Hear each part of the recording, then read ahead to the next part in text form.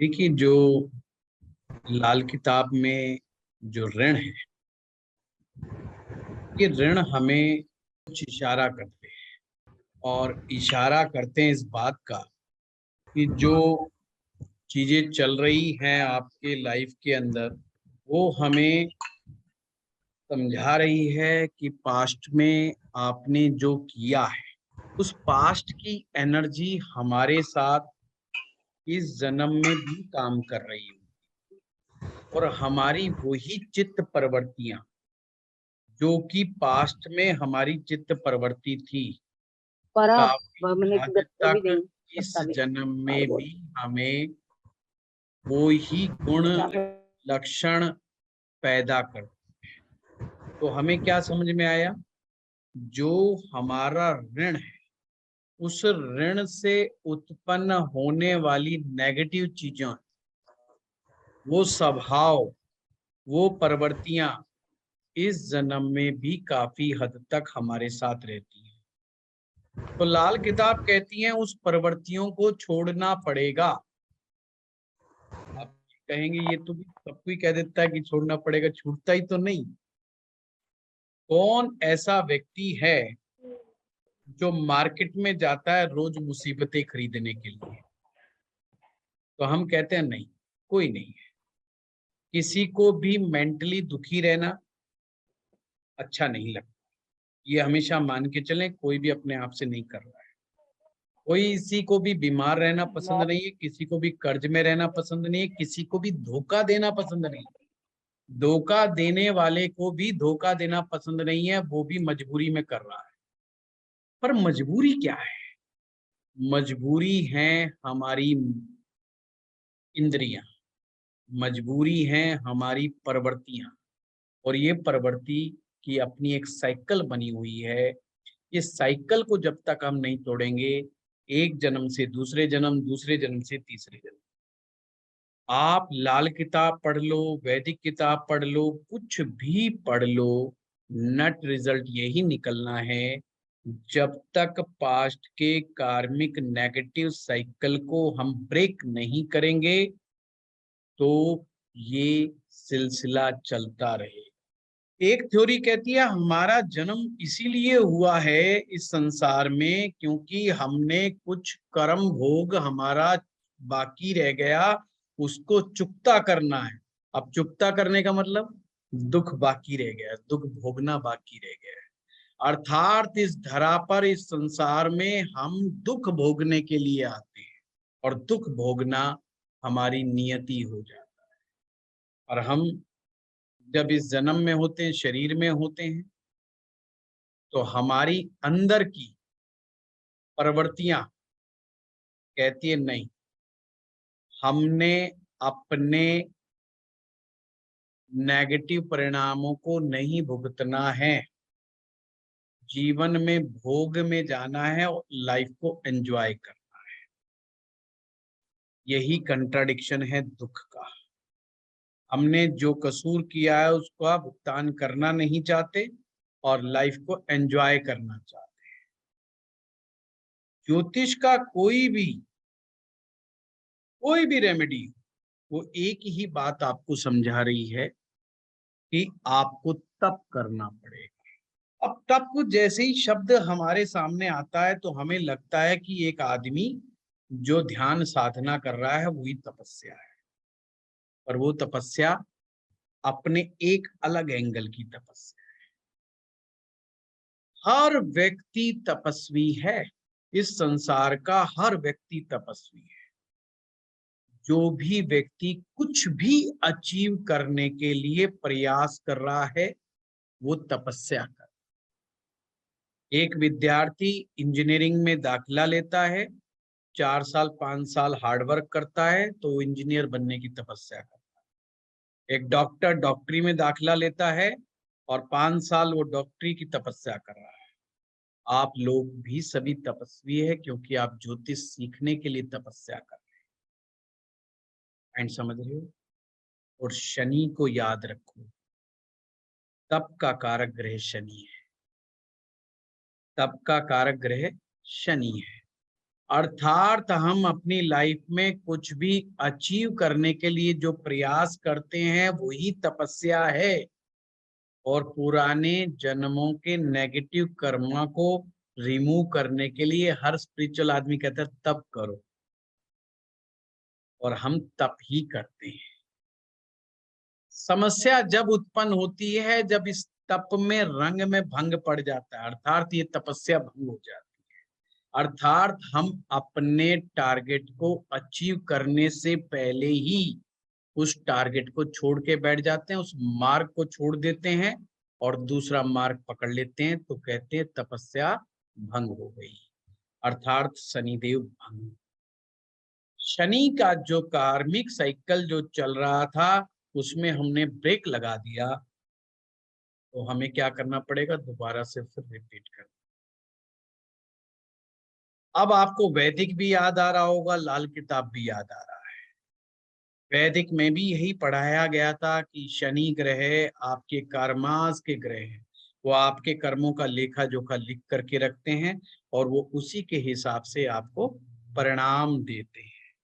लाल किताब ने उसको आपकी और हमारी भाषा में समझा दिया कि मेहनत करते जाना है, मेहनत से मुंह नहीं मोड़ना है, पर वो मेहनत रंग, वो ही मेहनत रंग लाएगी जिसके साथ एक दिशा है, जो एक डायरेक्शन यानी कि दिशा विशेष में की गई मेहनत, दिशा विशेष में की गई तपस्या आपके जीवन में रंग लाएगी। लाल किताब ने इसी को गुरु ग्रह का और शनि का मिलन कहा है। लाल किताब में बहुत सारी बातें ऐसी हैं जो समझाने के लिए जरूरी नहीं कि वो आपकी कुंडली में मिल रहे हैं।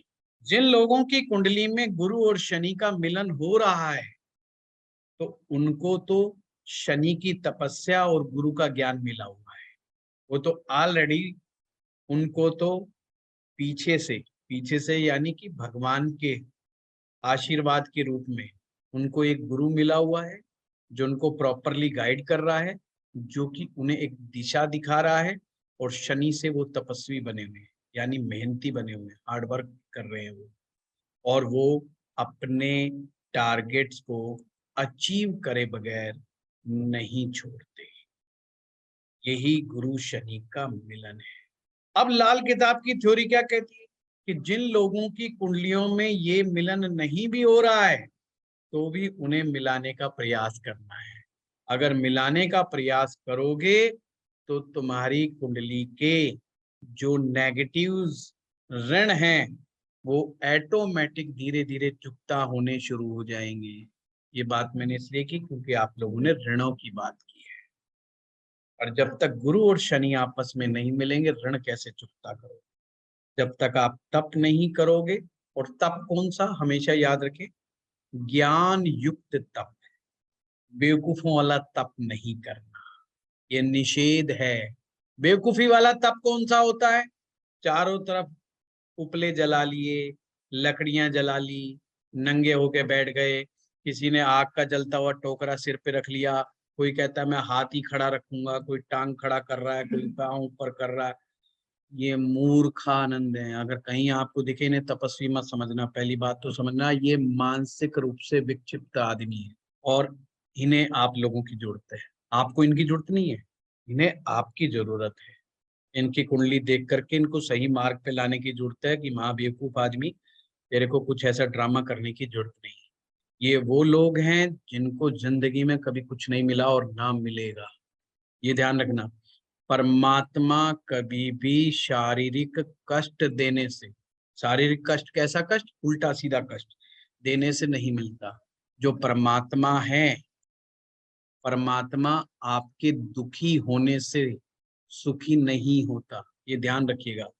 यानी ऐसा नहीं कि जब तुम दुखी होते तो परमात्मा एंजॉय करता है, नहीं।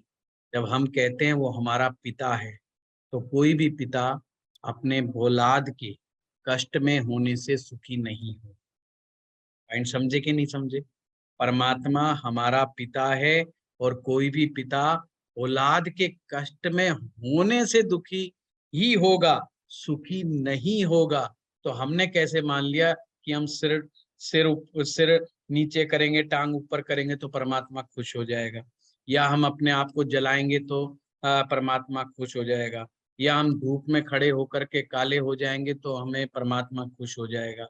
ये सब महामूर्खता की बातें हैं।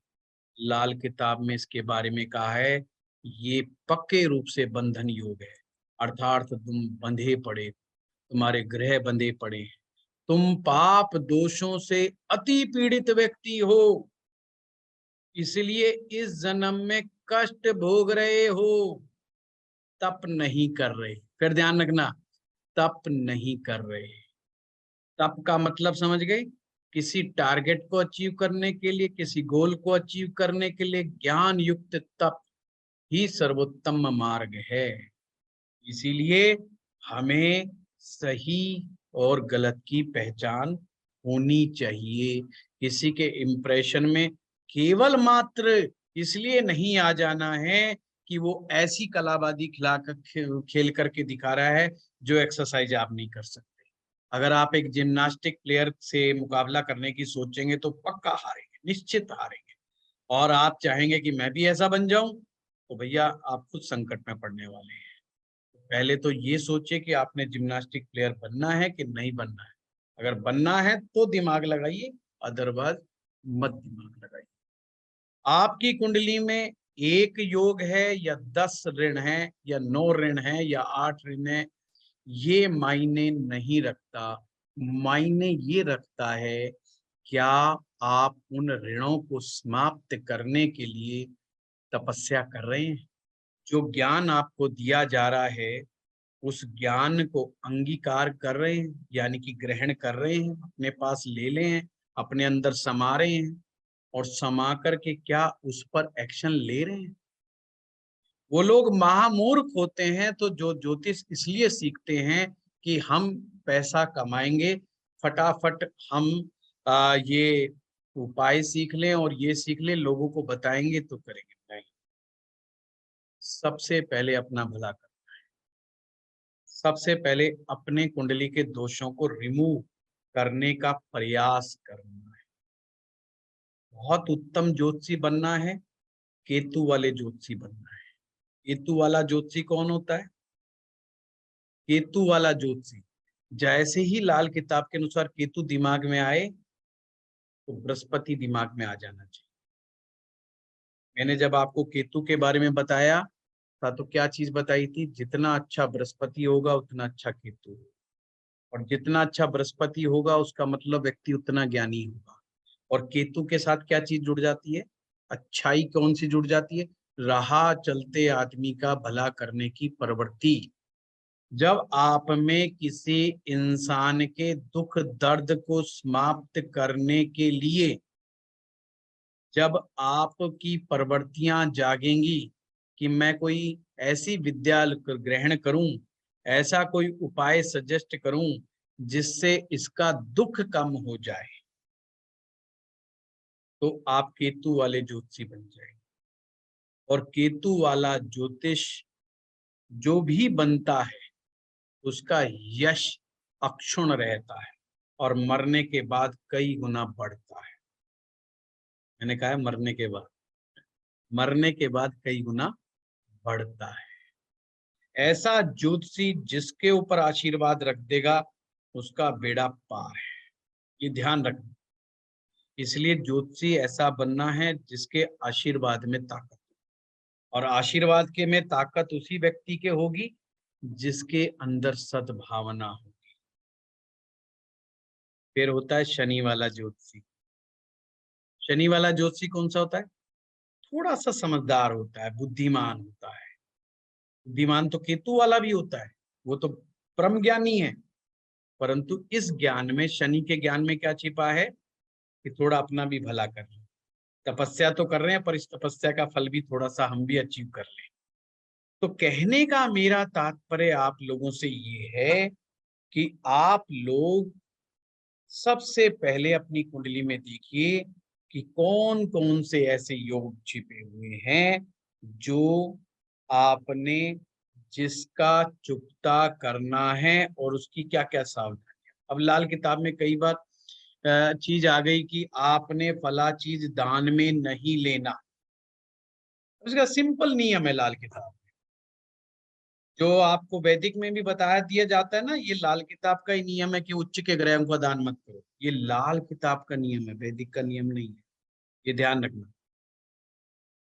ये वैदिक किताब का नियम नहीं, ये लाल किताब का नियम है कि जो ग्रह आपका उच्च का हो उसका आपने दान नहीं करना, और जो ग्रह नीच का हो उसका दान लेना नहीं है, वो चीज गिफ्ट में लेनी नहीं है।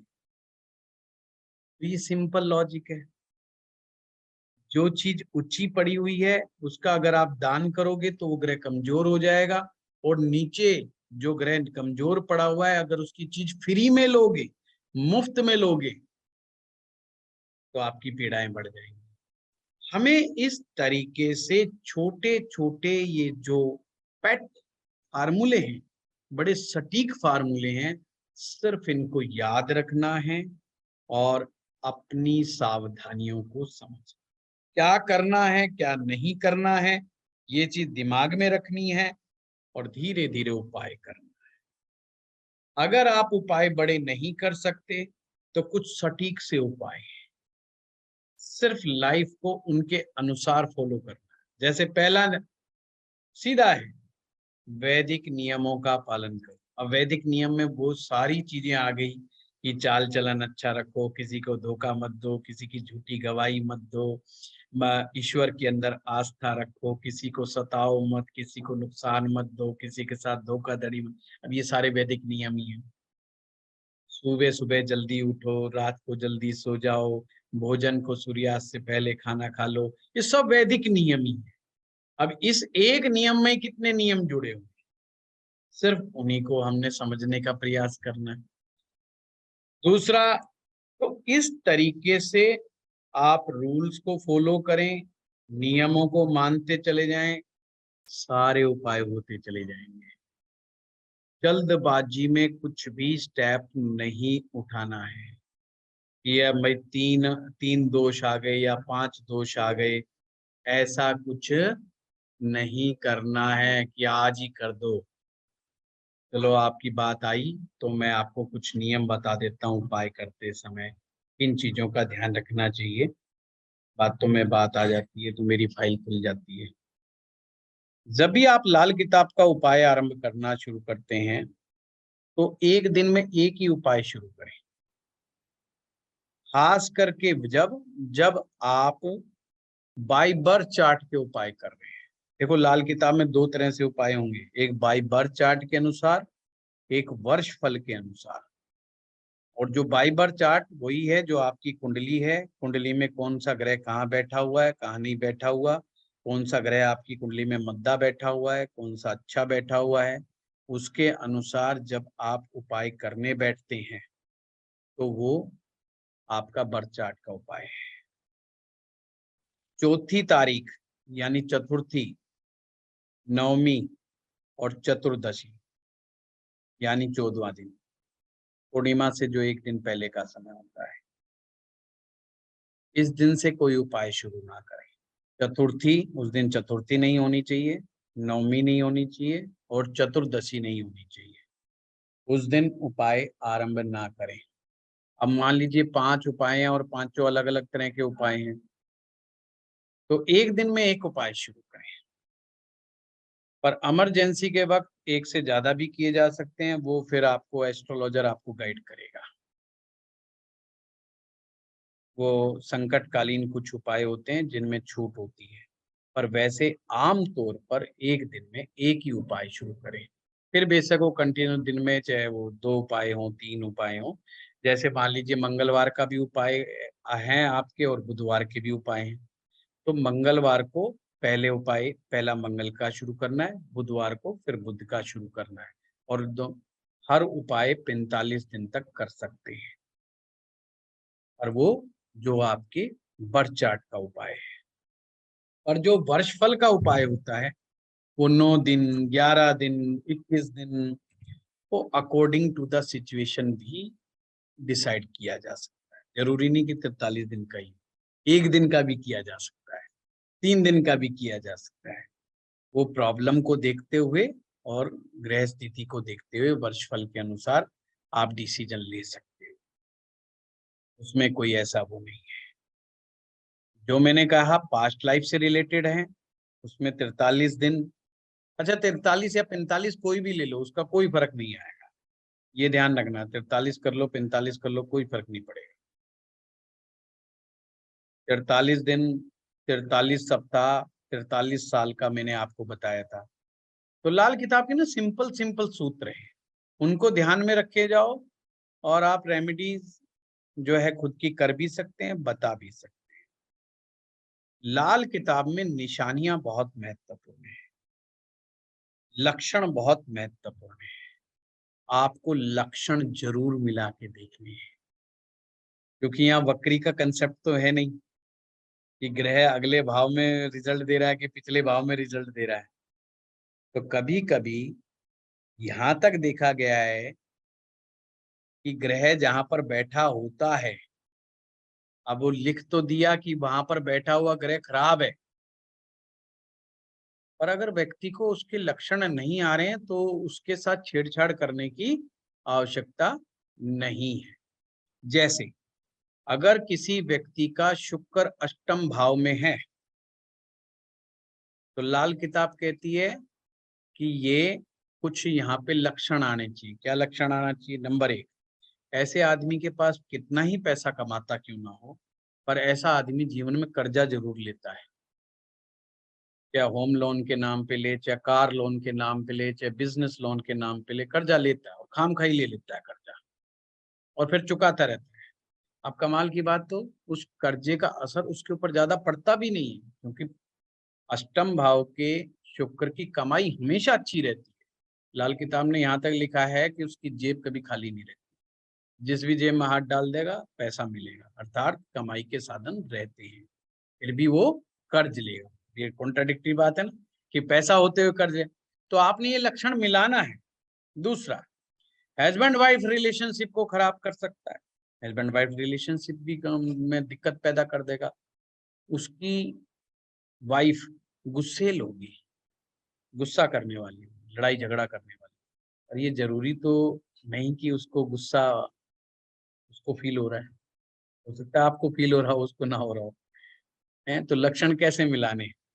तो ऐसे लक्षण मिलाने, अगर वो कहता नहीं नहीं मेरी वाइफ से मेरे कोई प्रॉब्लम नहीं है, मुझे कोई दिक्कत नहीं है, सब ठीक चल रहा है, बढ़िया चल रहा है, तो मेरे भाई आपने जबरदस्ती शुक्र अष्टम का इलाज नहीं करना है, क्योंकि 8वें भाव में बैठ करके शुक्र अच्छे रिजल्ट भी देता है, वाइफ को अच्छा भी बनाता है। हाँ, पर स्वभाव में गड़बड़ होगी, पर हो सकता है वो फील ना करे उस स्वभाव को गड़बड़ है। अब हमारे हरियाणा में अगर पति को कोई गाली दे दे, उसको नहीं फर्क पड़ा, वो उठा करके टोकरा सिर पे फिर गांव में अपने खेत पे चल देगा, और वो पीछे से गाड़ी बकती जा रही है, वो भी अपने आगे काम में लगा पड़ा है। भाई शहर वाला कह रहा है, अरे वाह ये तो बड़ा मामला, ये तो तलाक का मामला बन गया, तो गालियां चल रही हैं आपस में, तो तलाक होगा। पर भाई उनको नहीं फीलिंग फैक्टर, वो कल्चर का पार्ट है उनके लिए, उनको कह दिया मैंने बक लिया, तूने बक लिया, बात बराबर, अब लड़ाई खत्म हो जानी चाहिए। तो अब शुक्र अष्टम में क्या करेगा? तो आपने लक्षण मिलाया, पर कहने का मतलब अगर उसका फीलिंग फैक्टर पॉजिटिव है तो आपने छेड़छाड़ नहीं करनी है, खामखाई जबरदस्ती उसके साथ उपाय नहीं करना है कि काली गाय की सेवा कर, पीली गाय की सेवा कर, उस चक्कर में नहीं रहना है। तो लक्षण साथ में मिलाने हैं। हाँ, एक आदमी कहता है मेरे साथ तकलीफ है, मुझे प्रॉब्लम है, तो जरूर आपने लक्षण मिलाते हुए अगर लक्षण मैच कर रहे हैं, जितने ज्यादा मैच कर रहे हैं समझ लेना प्रॉब्लम उतनी ज्यादा सीवियर है, और फिर रेमेडी की पावर बढ़ा देनी है। आप रेमेडी की पावर बढ़ा देनी है। इस प्रकार से आपने लाल किताब के उपाय करने हैं। जैसे अभी ऋण हुए थे हमारे, इसी कड़ी में हमारा जो अगला ऋण है वो रिश्तेदारी का ऋण है। ये रिश्तेदारी का ऋण जो होता है, इसका संबंध मंगल ग्रह से है, और बहुत आसान है ये याद रखना कि जैसे कुंडली में पहला भाव और 8वां भाव ये मंगल के भाव है, और यहाँ पर मंगल का दुश्मन खास करके बुध और केतु अगर आ जाएं, यानी कि पहले भाव में और 8वें भाव में या तो बुध ग्रह आ जाए या केतु ग्रह आ जाए, तो ये इससे मंगल पीड़ित हो जाता है। इसे ही रिश्तेदारी का कर्जा कहा गया है। ये लोग रिश्तेदारी से बड़े परेशान रहते हैं। अच्छा, अब इसके लक्षण क्या हैं? एक तो लक्षण मैंने पहले बता दिया। अगर इनको ये पता लग जाए कोई रिश्तेदार आ रहा है, इनको इतनी टेंशन हो जाती है कि पूछो मत, क्या करेंगे और क्या नहीं करेंगे। हुँ? तो रिश्तेदार उनके लिए टेंशन हो जाते हैं, इसलिए इसको रिश्तेदारी का टेंशन वो कहा गया। पर वास्तव में इससे मंगल पीड़ित हो जाता है। अब आप याद करो कि मैंने मंगल ग्रह को जब पढ़ाया था, देखो जोड़ने का तरीका। मैंने जब मंगल ग्रह को पढ़ाया था, याद करो क्या-क्या चीज़ें बताई थी, कौन-कौन से कष्ट, सारे आप जोड़ दो। अब लाल किताब में तो सिंपल इतना लिखा है कि भाई पहले और 8वें भाव में बुध या केतु आ जाएँ, तो रिश्तेदारी का ऋण होगा। पर अब हमने लिंक किया मंगल को, मंगल से कौन-कौन सी पीड़ाएँ होती हैं। तो मंगल से कौन-कौन सी पीड़ाएँ होती हैं, बेसिकली नहीं लिखा लाल किताब में, जो मैं अभी बताने जा रहा हूँ। मंगल अगर खराब होगा तो व्यक्ति का क्या खराब होगा? उसके अपने भाई से नहीं बनेगी। मंगल खराब होगा तो ज़मीन जायदाद से रिलेटेड दिक्कतें आएँगी। मंगल खराब होगा तो उसको गुस्सा बहुत आएगा। मंगल खराब होगा तो लड़ाई झगड़ा करेगा। मंगल खराब होगा तो उसके रिलेशनशिप खराब होंगे। मंगल खराब होगा तो उसकी शादीशुदा ज़िंदगी के अंदर दिक्कतें आएँगी। मैंने कितनी चीज़ें मंगल ग्रह के बारे में बताई थी, सारी की सारी जोड़ देनी। ये रहा सीखने का तरीका। किताब में तो थोड़ा-सा लिखा मिलेगा, पर आपने अपना बुद्ध को तेज करते हुए, अपने मरकरी का इस्तेमाल करते हुए, वो सब चीज़ जोड़ देना और आप जो चीज़ बता दोगे वही चीज़ ठीक-ठाक हो जाएगी। अब इन लोगों के साथ इन लोगों ने क्या किया होगा? क्योंकि देखो मंगल अभी हमने नहीं देखा, सिर्फ ये देखा कि केतु लगन में बैठा था या 8वें में बैठा था या बुध लगन में बैठा था या बुध 8वें में बैठा था। पर अब को लाल किताब की थ्योरी समझ रहे हो? मंगल कहीं बैठा हो वो पीड़ित हो जाएगा और वो पीड़ित हो जाएगा तो लड़ाई झगड़ा वाद विवाद फसाद जो मंगल के बारे में बताई थी वो सारे सिम्टम्स आने शुरू हो जाते हैं। गुस्सा क्रोध ये सब आना शुरू हो जाता है। तो आप याद करो कि मैंने पास्ट के बारे में क्या बताया था, जिसका मंगल खराब होगा उन्होंने जोरा मर्दी की होगी, जोर जबरदस्ती की होगी, बाहुबल का प्रयोग किया होगा, लोगों को दुखी किया होगा, सताया होगा, मारा होगा, पीटा होगा, लोगों के खेतों में आग लगाई होगी, लोगों की ज़मीन जायदाद को हड़प लिया होगा, हैं? और पशुधन को खराब किया होगा। जो पशुधन होता है गाँव में, खेतों में जो इस्तेमाल होने वाले जानवर होते हैं, गाय हैं, भैंस हैं, इनको नुकसान पहुँचाया। तो क्या होगा ऐसे लोगों की कुंडलियों में इस जन्म में रिश्तेदारी का ऋण बन जाएगा। अब ऐसे व्यक्ति को ये पता चल जाए सुबह पहले कि आज वाइफ का जन्मदिन है या बच्चे का किसी का जन्मदिन है या भाई का जन्मदिन है, उसका मुँह एकदम सिकुड़ जाएगा। वो कहेगा आई हैव नो टाइम, मेरे पास टाइम नहीं है जन्मदिन मनाने का, तुम मनाते रहना, खर्चा ज़्यादा करना नहीं है, हैं? एक ब्रेड मँगा लो, एक बिस्कुट मँगा लो, खा लो और ना मँगाओगे तो ज़्यादा बेटर रहोगे। जूते मारूँगा, तुम्हें पता क्या है मैं कितनी मुश्किल से कमा-कमा के ला रहा हूँ। कहने का मतलब जन्मदिन शाम को, उसने सुबह पहले झगड़ा शुरू कर देना है। तो किसी भी प्रकार का सेलिब्रेशन, ये तो मैंने जस्ट एक एग्जांपल दिया, ज़रूरी नहीं वो जन्मदिन पे नाराज़ हो। मतलब किसी भी तरह के उत्सव में, पार्टी में, घर में कोई कहे भई हम सत्संग करा लें या घर में कहें कि हम जो है प्रोग्राम कर लें या रिश्तेदार बुलाने की बात हो या मित्रों को बुलाने की बात हो या इकट्ठा करने की बात हो और घर में अगर किसी के टेंशन हो जाए, समझ लेना मंगल खराब है। तो ये रिश्तेदारी का ऋण कहलाता है। इसको चुकता करना ज़्यादा बेटर है, ठीक है? मंगल के उपाय होंगे। अगर याद ना रहे ना कोई ऋण, तो बस ये याद रख लिया करो इससे कौन-सा ग्रह पीड़ित होता है, उसी के उपाय शुरू करा दिया। तो धीरे-धीरे ऐसे लोगों में इरिटेशन कम होना शुरू हो जाती है। ये लोग बड़े फ्रस्ट्रेटेड रहते हैं, बड़े इरिटेट रहते हैं। इनको लोगों को खिलाना-पिलाना बिल्कुल भी अच्छा नहीं लगता। तो उनके हाथ से शुरू-शुरू में जब आप उपाय कराओगे तो उनका बड़ा नेगेटिव फील होगा। उनको कहो कि लाल रंग की मिठाई बहन-बेटी को दो, उनको बड़ा गुस्सा आएगा कि बहन बेटी 400 रुपए का मिठाई का डब्बा ले गई, कमाल की बात है, ये पहली बात तो आई क्यों थी, अब आ गई थी तो 400 रुपए वाली का देना जरूरी है, गुड़ क्या भाव चल रहा है, गुड़ दे दो इसको, हैं 40 रुपए में काम चल जाएगा।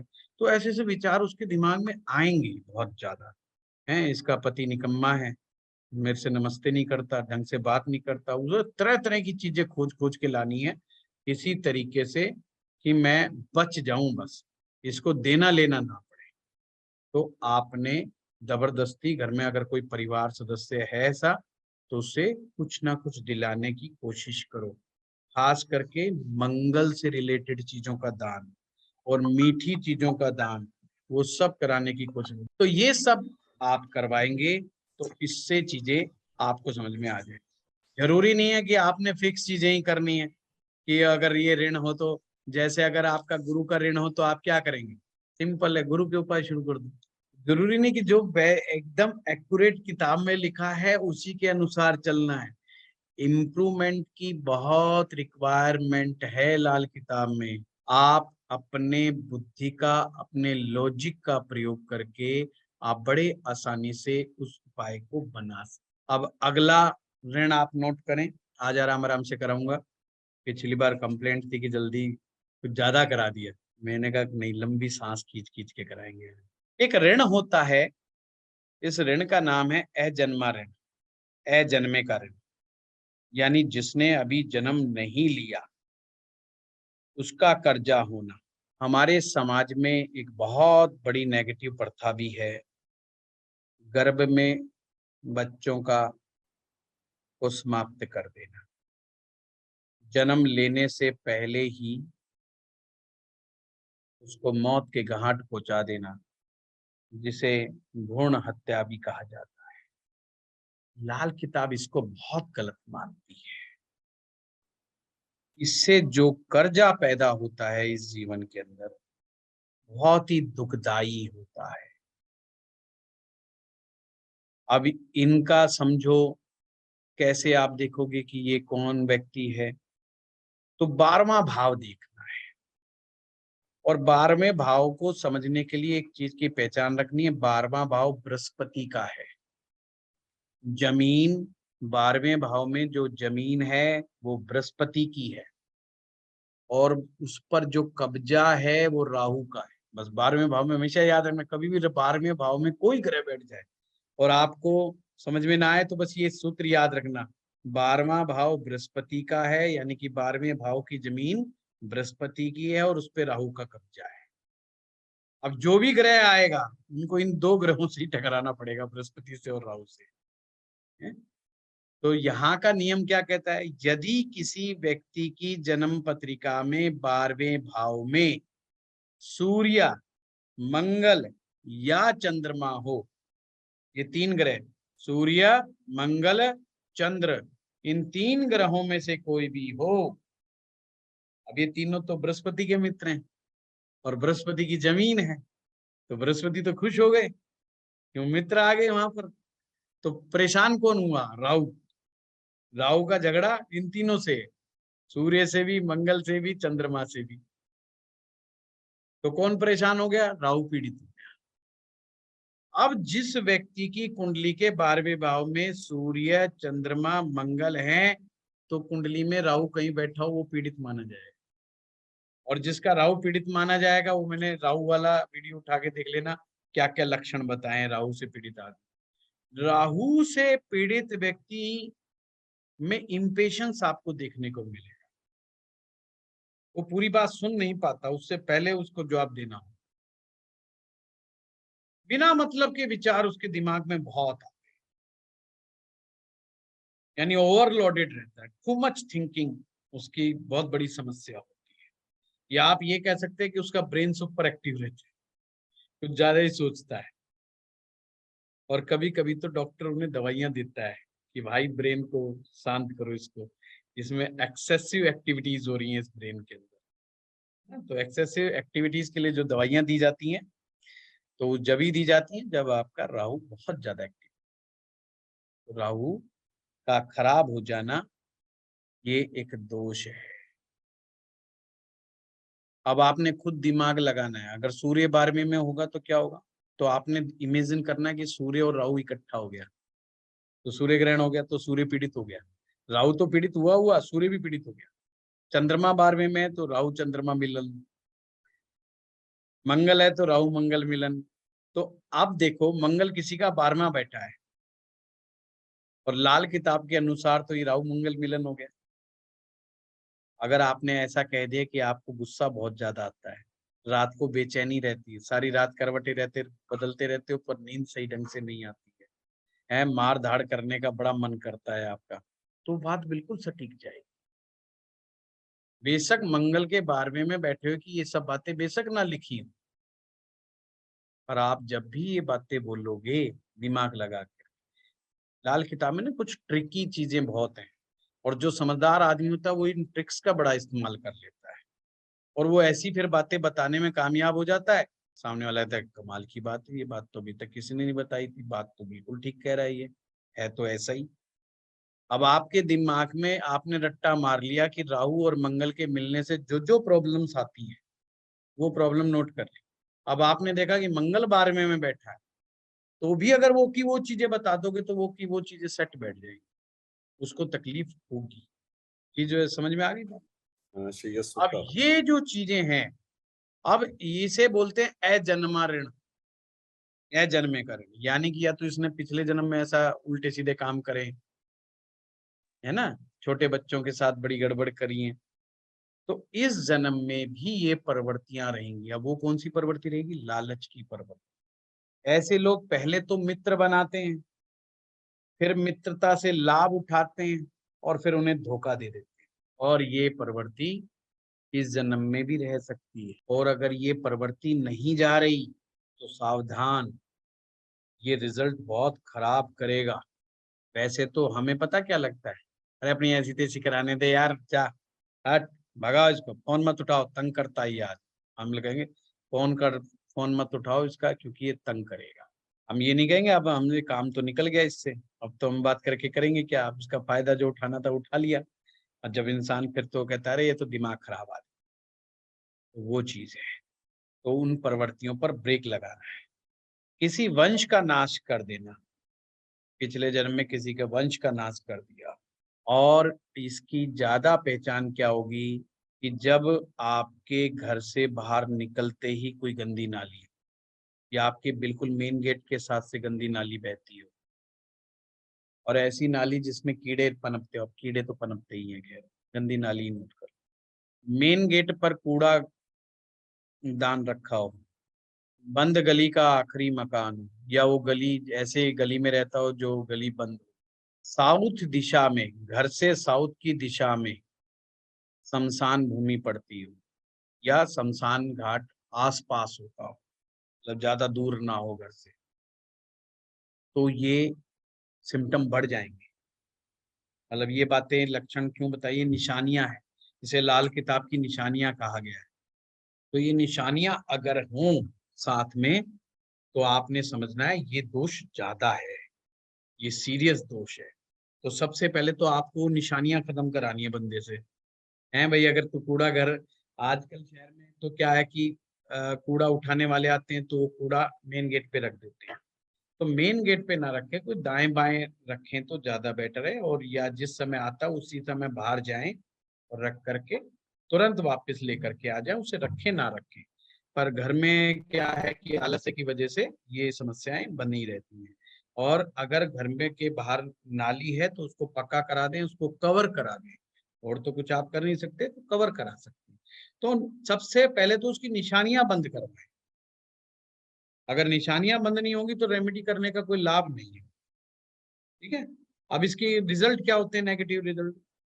ऐसे आदमी के पास पैसे की कोई कमी नहीं होती और अचानक से ये ऐसा आदमी बहुत ऊंचाई पे जाके एकदम नीचे डाउन आ जाता है, रईस होकर के भी एकदम से वो डाउनफॉल में आ जाता है, मेंटल हेल्थ बहुत बुरी तरह डिस्टर्ब हो जाती है, पागलों जैसी हरकतें होनी शुरू हो जाती है, चोरी के आरोप लगते हैं, और यहाँ तक देखा गया बिना कसूर जेल भी हो जाता है।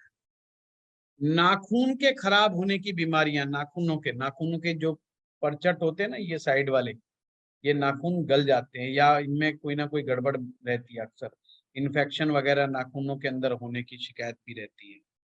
और ये जितना ज्यादा होगा समझ लेना इस दोष का असर ज्यादा है, और दोष का असर ज्यादा है तो ऐसे आदमी के जीवन में फिर जेल यात्रा का योग भी बनते देर नहीं लगती है, और चोरी के आरोप लग जाएंगे, लांछन लग जाएंगे, उल्टे सीधे कुछ भी। कभी कभी तो चोरी के साथ डकैती डाल दी, रेप केस हो गया, फलाना हो गया, ढिमकाना हो गया, पता नहीं क्या क्या आरोप प्रत्यारोप लग जाते हैं, वो भी बड़ा भारी एक चक्कर फंस जाता है। तो ऐसे को बड़ा ही सावधानी से काम करना चाहिए। अचानक से संकट आ जाते हैं जीवन के अंदर, अब उन्हें भी उपाय क्या करना चाहिए? यही उपाय करना चाहिए कि अपने घर के सदस्यों की संख्या गिने और सबके नाम का एक एक नारियल ले ले और उसे जल प्रवाह कर देना चाहिए। अब इसमें क्या बताया था, कौन सा ग्रह खराब होता है? राहु ग्रह पिटता है। तो राहु का संबंध ससुराल से है, तो ससुराल वालों से बना के रखनी चाहिए, उनसे संबंध खराब न रखें। परिवार में मेल जोल बना करके रखें, संयुक्त परिवार में रहने का प्रयास करना चाहिए। और ये लक्षण होंगे ऐसे लोगों के, लोग संयुक्त परिवार में रह के खुश नहीं होते, उनसे बिगाड़ के बैठे रहते हैं। अब आप में से किसी का ये भी क्वेश्चन आ सकता है कि साहब हमारे घर वाले चाहते ही नहीं, हमें भगा देते हैं, हमसे बातचीत ही नहीं करते, हमसे लड़ बैठते हैं, क्या करना चाहिए? बिल्कुल मानता हूँ जिनके साथ ऐसा होता है, पारिवारिक लोग, उनके साथ मामला गड़बड़ा जाता है, उन्हें फिर भी झुक करके, जैसे कोई बड़ा भाई मिला, चाहे आपकी बोलचाल नहीं हो, उनके पांव छूना मत भूलिए। पिताजी मिले, चाचा मिले, ताऊ मिले, उनके पांव छूना मत। अपनी सभ्यता नहीं छोड़नी है, उनका अपमान नहीं करना। एक दिन जरूर आएगा वो कहेंगे भाई कुछ भी है, चार लोगों के बीच में मेरे तो पांव छूता, अगला मेरे सामने नहीं बोलता फालतू, बेशक हम उसके बारे में कुछ भी कहें, वो बंदा हमसे तो बिना मतलब टकराता नहीं है, बिना मतलब बकवास करता नहीं है। तो एक समय आता है वो दोष खत्म भी हो जाता है, और जैसे ही ये दोष डाउन होते हैं, अगर गलती से चोरी का आरोप लग जाता है तो तुरंत वो आरोप हट जाता है। ये लोग फंसे रहते हैं। बहुत केस आपके लोगों के सामने ऐसे आएंगे, साहब हमें फंसा दिया, फलाने ने फंसा दिया, रिश्वत के केस में फंसा दिया, ये हो गया, वो हो गया, बहुत आपके पास आता है। और हम वैदिक से जब देखते हैं तो हम ग्रहों को देखते जरूर हैं, पर हमें ये दोष नहीं समझ में आता। यार ये तो पास्ट लाइफ का दोष फंसा पड़ा है। अब हुआ तो ये पास्ट लाइफ की दोष की वजह से, क्योंकि आपने चोरी की नहीं पर चोरी का आरोप लग गया है। तो ये है तो कोई पिछला, अगला पिछला हिसाब किताब। तो उसके दोष को जब तक सही एक्यूरेटली आप डील नहीं करोगे, जब तक बात नहीं बनेगी। तो जैसे ही किसी के ऊपर उल्टे सीधे आरोप लगे, उन्हें कहना चाहिए नारियल जल प्रवाह करना चाहिए, और नारियल को, प्रत्येक नारियल को अपने ऊपर से 7 बार बार करके जल प्रवाह करना चाहिए। हाँ, कुछ चीजों का बड़ा ध्यान रखना चाहिए। जल प्रवाह करते समय वो गंदा नाला नहीं होना चाहिए, पानी साफ सुथरा होना चाहिए। जल प्रवाह जब जहाँ पर भी करें, पंजाब की तरफ सुविधा ज्यादा है, यूपी में भी सुविधा ज्यादा है, हमारे हरियाणा में सुविधा थोड़ी कम है। दिल्ली वालों के लिए भी थोड़ा सा आसान है क्योंकि यूपी पास में है। दिल्ली में भी कुछ नहरें अच्छी मिल जाएंगी, बाकी कई जगह पे दिक्कतें हैं। तो नहरी इलाकों में ये उपाय करना ज्यादा आसान है। फिर भी अगर उपाय करने के लिए साल में एक आध बार जाना पड़े, तो मैं कहता हूँ खुद गाड़ी करके चले जाना चाहिए। हाँ, हाँ विश्वामित्र जी। सर नमस्कार। नमस्कार, नमस्कार। हाँ विश्वामित्र जी बताइए। सर ये एक चीज था, जैसे हम नीच की बात हुई, नीच के ग्रह का उपाय नहीं करना है या उच्च के ग्रह का उपाय नहीं करना है और नीचे वाले का करना है। अब नहीं, इसको उपाय करना है, सिर्फ दान नहीं करना है उच्च का, उच्च की चीजों का दान नहीं देना है। हाँ, कमजोर नहीं करना उनको। अब सर, अब जैसे इसको हेल्प लेने के लिए D9 देख सकते हैं, कभी कभी उच्च का ग्रह D9 में पिट जाता है जाके। नहीं, लाल किताब की जब थ्योरी को लेके चलेंगे तो D9 नहीं देखना है विश्वामित्र। जो भी डिसीजन लेना है D1 में ही लेना है, और लाल किताब को जब हम पूरा पढ़ेंगे तो हमें D9 की आवश्यकता नहीं पड़ेगी। उसकी निशानियां, उसके लक्षण, सब चीज आपको मैच करेंगे, और वो 100% आराम से मैच कर ही जाते हैं। ठीक बात है। मतलब वो जाने की जरूरत ही नहीं होती। हमें नवमांश में जाने की आवश्यकता कब पड़ती है? जब कंफ्यूजन कहाँ खड़ा होता है? खड़ा जब होता है, जब देखिए जैसे मान लीजिए किसी का बृहस्पति नवम भाव में, और मेष लगन हो तो बृहस्पति हो गया स्वग्रही। अब हम कंफ्यूज हैं कि वो सामने वाला व्यक्ति धार्मिक नहीं है, समझ रहे हो बात को, जिसको हम अच्छी तरह से जान रहे हैं कि भाई ये धार्मिक नहीं है, मंदिर नहीं जाता है, भगवान में आस्था नहीं रखता है और कोई संत महात्मा नहीं है, कोई स्पिरिचुअल पर्सनैलिटी नहीं है। तो हम कंफ्यूज हो गए कि यार ये कोई स्पिरिचुअल पर्सनैलिटी नहीं है, कोई बहुत बड़ा प्रोफेसर नहीं है, तो यार ये बृहस्पति तो स्वग्रही दिखा रहा है, कहीं बृहस्पति पिट तो नहीं गया। तो हम D9 में जाके देखेंगे कि बृहस्पति के हालात कैसे हुए, तो वो एक साधन है D9। और लाल किताब ने यहाँ पर स्पष्ट रूप से बता दिया कि दूसरा भाव, पांचवा भाव, 9वां भाव, 11वां भाव, 12वां भाव, इन सारे भाव में देखो कहीं राहु ग्रह, बुध ग्रह या शुक्र ग्रह तो नहीं आया हुआ। अगर वो आया हुआ है तो बेशक बृहस्पति 9वें में बैठा है, वो पिट गया। सिंपल सी बात है। जैसे चंद्रमा को लेकर के अक्सर बहुत बड़ा कंफ्यूजन होता है, या तो चंद्रमा डायरेक्ट समझ में आ जाता है, अगर किसी का चंद्रमा राहु के साथ बैठा है, शनि के साथ बैठा है, सूर्य के साथ बैठा है, तो डायरेक्ट समझ में आ गया भी चंद्रमा पिटा हुआ पड़ा है। पर फिर भी कई बार हम नवमांश में जाके देखें, लल किताब उसके बारे में सीधा सीधा क्या बता रही है कि बृहस्पति यदि पहले भाव से लेकर के छठे भाव तक, यानी पहले, दूसरे, तीसरे, चौथे, पांचवे, छठे भाव में कहीं पर भी किसी का बृहस्पति बैठा हो तो उसका चंद्रमा पीड़ित मानना है। या केतु 7वें भाव से 12वें भाव के बीच में बैठा हो, अगर ये दोनों स्थिति मिल रही है, मान लीजिए किसी का बृहस्पति 5वें में भी बैठा है और केतु भी 7वें में बैठा है, तो चंद्रमा हमने ज्यादा पीड़ित मानना है कि भाई चंद्रमा कुछ ज्यादा ही पीड़ित हो गया। अब लाल किताब कह रही है बेशक चंद्रमा किसी भी भाव में बैठ जाओ। तो वो मैं ये बात इसलिए बता रहा हूँ कि यहाँ पर D9 की हमें आवश्यकता ही नहीं पड़ रही बलाबल देखने के लिए। बलाबल देखने के लिए बहुत जो है आसान सा यहाँ पर सटीक सा सूत्र समझा दिया हमें, ये याद रखने की जरूरत है। अब जैसे मैंने भी एक बार वैदिक में कराया था, जितने भी तरह के एक्स्ट्रा मैरिटल अफेयर्स होते हैं उसके लिए चंद्रमा का दूषित होना बहुत जरूरी है।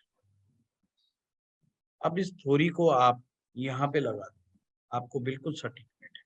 अब वहां पर आप करेक्टर जज कर रहे हो तो बहुत सारे परमुटेशन कॉम्बिनेशन देखने पड़ेंगे, यहाँ पर केवल मात्र इस कॉम्बिनेशन से ही आप पता लगा लोगे कि व्यक्ति का मन कितना कमजोर। लाल किताब के और वैदिक किताब की जो थ्योरी है ग्रह से रिलेटेड वो सेम है, वहां गड़बड़ नहीं है, सिर्फ टेक्निक को देखने का तरीका अलग अलग है। वैदिक में भी यही बताया गया कि चंद्रमा दूषित होगा तो ये कहानी होगी, वहां पर भी यही बताया गया कि शुक्र बहुत अच्छा होगा तो व्यक्ति करेक्टर का अच्छा होगा, पर शुक्र पीड़ित होने से करेक्टर कमजोर हो सकता, करेक्टर कमजोर हो सकता। परंतु अगर चंद्रमा भी साथ में कमजोर होगा तो ये बात की पक्की मोहर लगे। अब इसमें सिंपल से सूत्र में समझा दिया कि ये चीज है। कभी कभी चंद्रमा देखने में बहुत अच्छा नजर आता है परंतु होता नहीं। चंद्रमा तो सर, चंद्रमा सबसे आसानी से पीड़ित हो जाता है, सबसे आसानी से, बहुत आसानी से पीड़ित होता है। समस्या वहां आती है जिस आदमी को हम जानते हैं, नए से परेशानी नहीं होती, जिसको हम अच्छी तरह जान रहे हैं और उसका ग्रह देखने में अच्छा लग रहा है, वहां हमें टेंशन हो गई, यार ये आदमी तो ऐसा है और इसको तो मैं पिछले 10 साल से जान रहा हूँ, 20 साल से जान रहा हूँ, ये आदमी की तो हरकतें सारी उल्टी सीधी हैं, पर ग्रह तो इसका बहुत अच्छा बैठा हुआ है। बात को जैसे कभी कभी सर एक वर्षफल में मेरे क्या पास करते हैं? केस वर्चुअल में क्या सर वर्षफल के उपाय का मतलब जो फॉर्मूला वो सेम लगाने हैं एज इट इज, D1 देख के जो लगा रहे हैं? हाँ D9 उसमें भी नहीं देखते, सिर्फ वर्षफल के अंदर ये देखते हैं कि कौन ग्रह कौन से भाव में आ गया, और सारे नियम जो यूं के यूं हैं जो आपके बर्थ चार्ट वाले हैं वो उसमें लग जाएंगे। लेकिन एक साल का उपाय होगा मतलब ये? महीने का होता है वो, महीने का भी होता है, साल का भी होता है, दोनों ही बातें। तो उसका वैलिड मतलब एक साल के लिए उसकी वो होगी ना, मतलब एक हाँ, साल की एक साल के लिए, एक साल के लिए ग्रह को या तो नष्ट कर दिया जाता है या अपने से दूर कर दिया जाता है या उसको शुभ बनाया जाता है। अगर खड्डा खोद करके उपाय करते हैं यानी कि उसको जमीन में दबा दिया जाता है उस ग्रह की चीजों को, तो उसको नष्ट करने का उपाय है, मतलब उस साल भर के लिए उसको नष्ट। पर नष्ट करने के लिए सोचना ये पड़ता है जिस ग्रह ने बहुत ज्यादा उपद्रव मचा दिया, संकट लाके खड़ा कर दिया हो और जिससे जूझना मुश्किल हो गया हो, उसी ग्रह को हमने नष्ट करना है, क्योंकि उस ग्रह से बहुत सारी चीजें और भी आती हैं। तो हमें ये भी देखना है कि कहीं हम और ज्यादा पीड़ित ना हो जाएं, तो बहुत सोच समझ करके नष्ट करने वाला ग्रह का मतलब उपाय करना चाहिए। नंबर 2 बात, जल प्रवाह करना, उस ग्रह की एनर्जी को अपने से दूर करना है, साल भर के लिए दूर कर दिया कि भाई ये एनर्जी हमारे पास नहीं लौट के आनी चाहिए, इसको दूर ले जाओ हमने से। तो ये वो चीज है। एक होता है फीड करना, फीड करना का मतलब उसको प्रेज करना, उसको जैसे हम कहते हैं दान करो, मिठाई खिलाओ, कुत्ते को रोटी दो, ये फीडिंग हो गई। जैसे हमने केतु का उपाय कर दिया कि भाई जो है आप कुत्तों को जो है फीड करो, तो ये एक प्रकार से हम केतु को, नाराज केतु को मनाने का काम कर रहे हैं, उसको ठीक करने का काम कर रहे हैं, कि उनको हम भगाना नहीं चाहते, अपनी लाइफ से दूर नहीं ले जाना चाहते, उनको हम नष्ट भी नहीं करना चाहते, पर हम कहते हैं कि तुम नाराज भी मत हो हमसे, तुम हमसे खुश रहो। तो जिनको हम खुश करते हैं, उनकी प्रशंसा करते हैं, प्रेज करते हैं, प्रार्थना करते हैं, उनको दान करते हैं, उन्हीं कारक वस्तुओं को, उन कारक चीजों को दान करते हैं। जैसे बृहस्पति के लिए, बृहस्पति ब्राह्मण है, तो बृहस्पति की चीजें लेकर के ब्राह्मण को दान कर देंगे, तो हम बृहस्पति को खुश कर रहे हैं। तो ये हम चाहते हैं कि बृहस्पति हमारे साथ बना रहे, इसको हम नष्ट नहीं करें।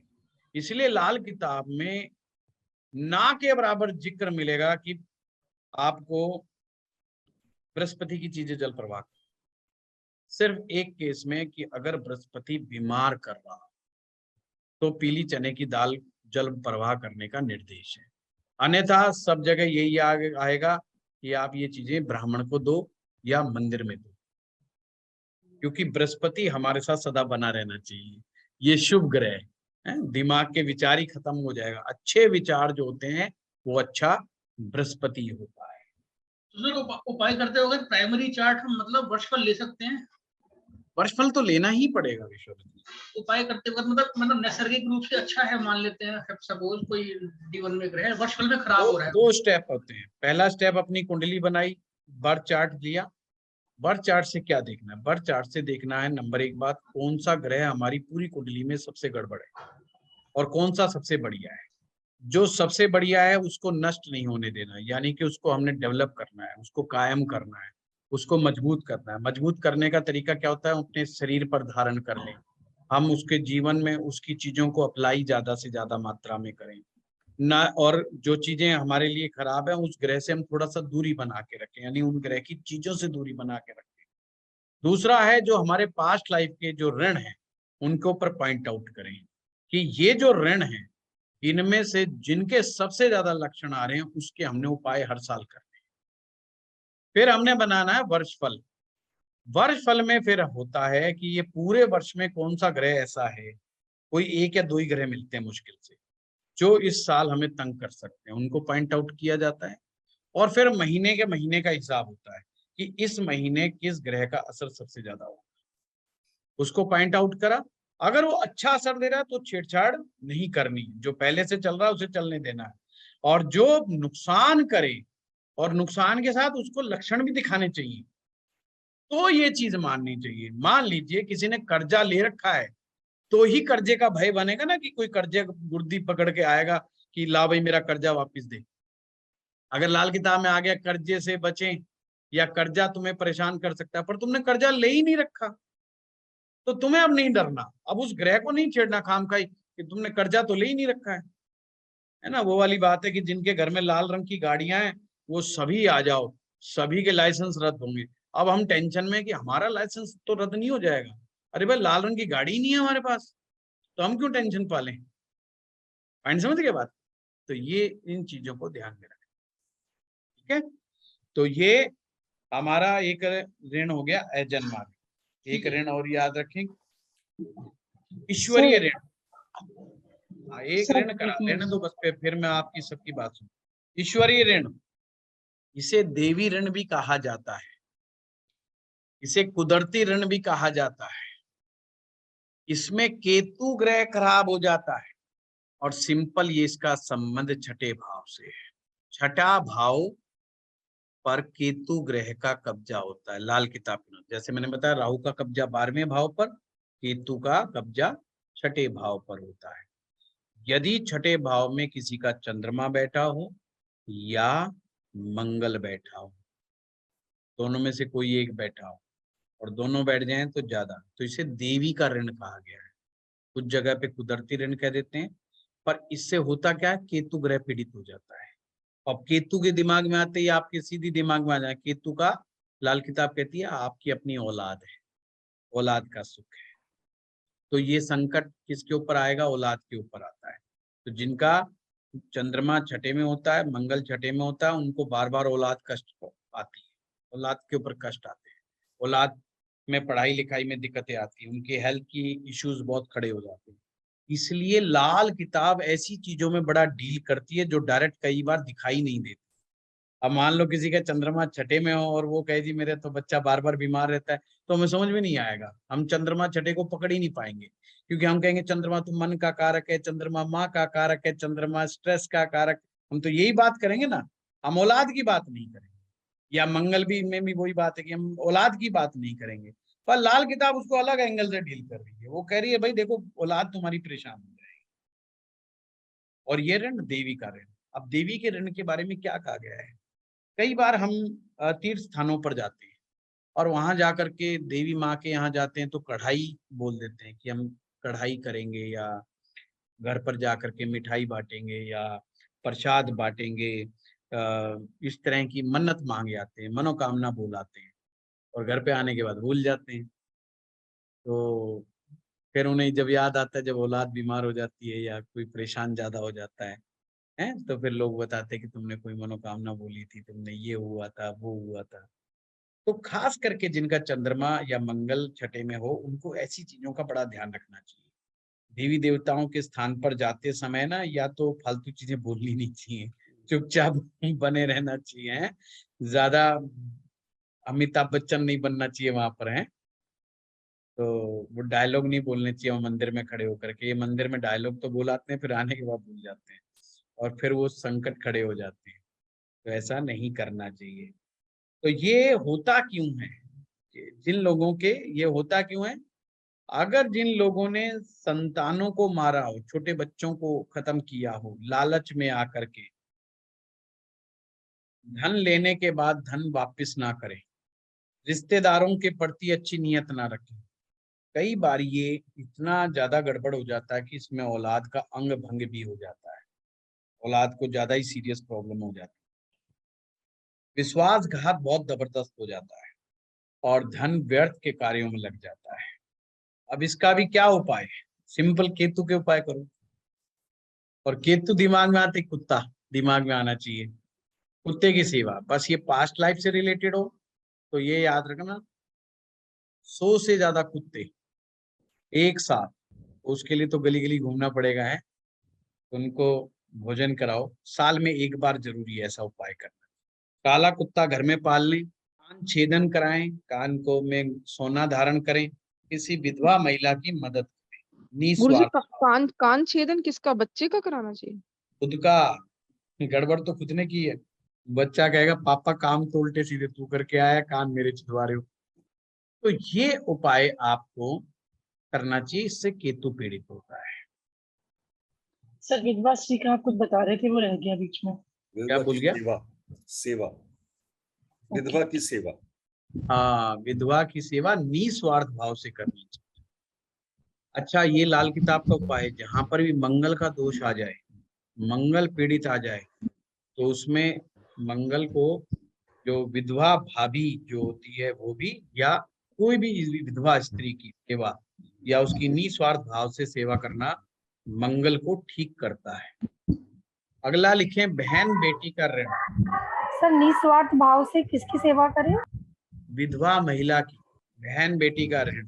अब बहन बेटी का ऋण जो होता है ये तीसरे भाव और 6ठे भाव से संबंध रखता है। यदि किसी कुंडली में चंद्रमा तीसरे भाव या 6ठे भाव में आ जाए, और याद है ना बुध के बारे में क्या बताया था, बहन और बेटी ये बुध ग्रह, तो यानी कि बुध पीड़ित हो गया। किसी का भी चंद्रमा, अब ये ध्यान रखना, चंद्रमा अगर 6ठे में आ गया किसी का तो 2 ऋण हो जाएंगे, उसके ऊपर देवी ऋण भी हो जाएगा और बहन बेटी वाला ऋण भी हो जाएगा। इसलिए छठे भाव के चंद्रमा के लिए ये जरूर आया कि उसे कभी जल दान नहीं करना, लिक्विड चीजें दान नहीं करनी, प्याऊ नहीं लगवाना, इवन दवाई तक, लिक्विड दवाई तक फ्री में नहीं देनी किसी को, नहीं तो वो जहर का काम करेगा। वो इधर पानी बांटेगा और उसको खुद के मेंटल स्ट्रेस हो जाएंगे, खुद दवाइयों पे आ जाएगा। बहन बेटी की हत्या करना, बहन बेटी को धोखा देना, बहन बेटी का पैसा, रुपया पैसा खा जाना, इसलिए हमारे देश में एक परंपरा है कि बहन बेटी का हमारे यहाँ धन लेने का रिवाज ही नहीं है, उनका खाने का हक ही नहीं बनता। तो हमारे यहाँ पहले परंपरागत, आजकल तो निकम्मे बहुत पैदा हो गए हैं, तो क्या करें, नहीं पहले हमारे यहाँ बचपन से सिखाया जाता है कि बहन बेटी का आपने नहीं लेना है, बहन बेटी का एक कर्जा हो जाता है, उसका नहीं लेना है, तो नहीं तो ये ऋण बहुत खराब हो जाता है। अब आपको पता चलेगा जब आप लाल किताब पढ़ेंगे कि जो हम ले तो लेते हैं, कई बार स्वार्थ में आकर के किसी का हड़प भी लेते हैं, परंतु इसका कर्जा हमें देना पड़ता है और इनका हमारी औलाद को भुगतान करना पड़ता है। बहन बेटियों पर जुल्म करना, बिना मतलब डोमिनेट करना, डोमिनेट करना तो सही रास्ते की बात नहीं, मतलब कई लोग है ना जबरदस्ती वो उनको बेचारों को बहुत परेशान कर देते हैं, जबरदस्ती अपने झूठे सम्मान के चक्कर में उनको बहुत पीड़ित कर देते हैं। तो वो सब नहीं करना चाहिए, बहन बेटियों को नहीं मारना पीटना नहीं चाहिए। इसलिए हमारे यहाँ तो खैर हम बहुत लकी हैं कि हम सनातन परंपरा में पैदा हुए हैं और सनातन परंपरा में घरों में बहन बेटियों को मारने पीटने का हमारे यहाँ पे रिवाज नहीं है और नहीं होना चाहिए, ये गलत है, पाप है। तो लाल किताब ने उसको बिल्कुल आइडेंटिफाई कर दिया है कि भाई ये तो बिल्कुल ही नहीं कर। तो हम अगर ऐसा करते हैं तो बुध ग्रह नष्ट हो जाता है, और बुध ग्रह नष्ट होगा तो अब देखो, बुध ग्रह के बारे में यहाँ नहीं लिखा कि व्यापार नष्ट होगा, बेशक किताब में नहीं लिखा, पर आपके दिमाग में आना चाहिए कि बुध ग्रह का संबंध हमारी बुद्धि से है, हमारी नसों से है, हमारे व्यापार से है, हमारे व्यापार से, हमारी कम्युनिकेशन स्किल से है, हमारे फाइनेंस से है।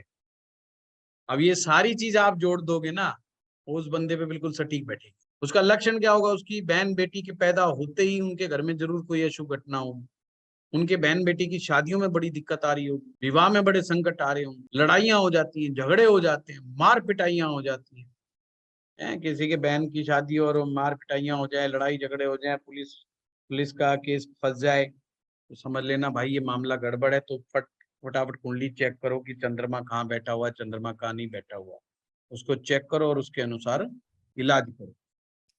बहन के विवाह के बाद भी ये ऋण चलेगा? हाँ, बहन के, पर गोत्र तो बदल गया उसका।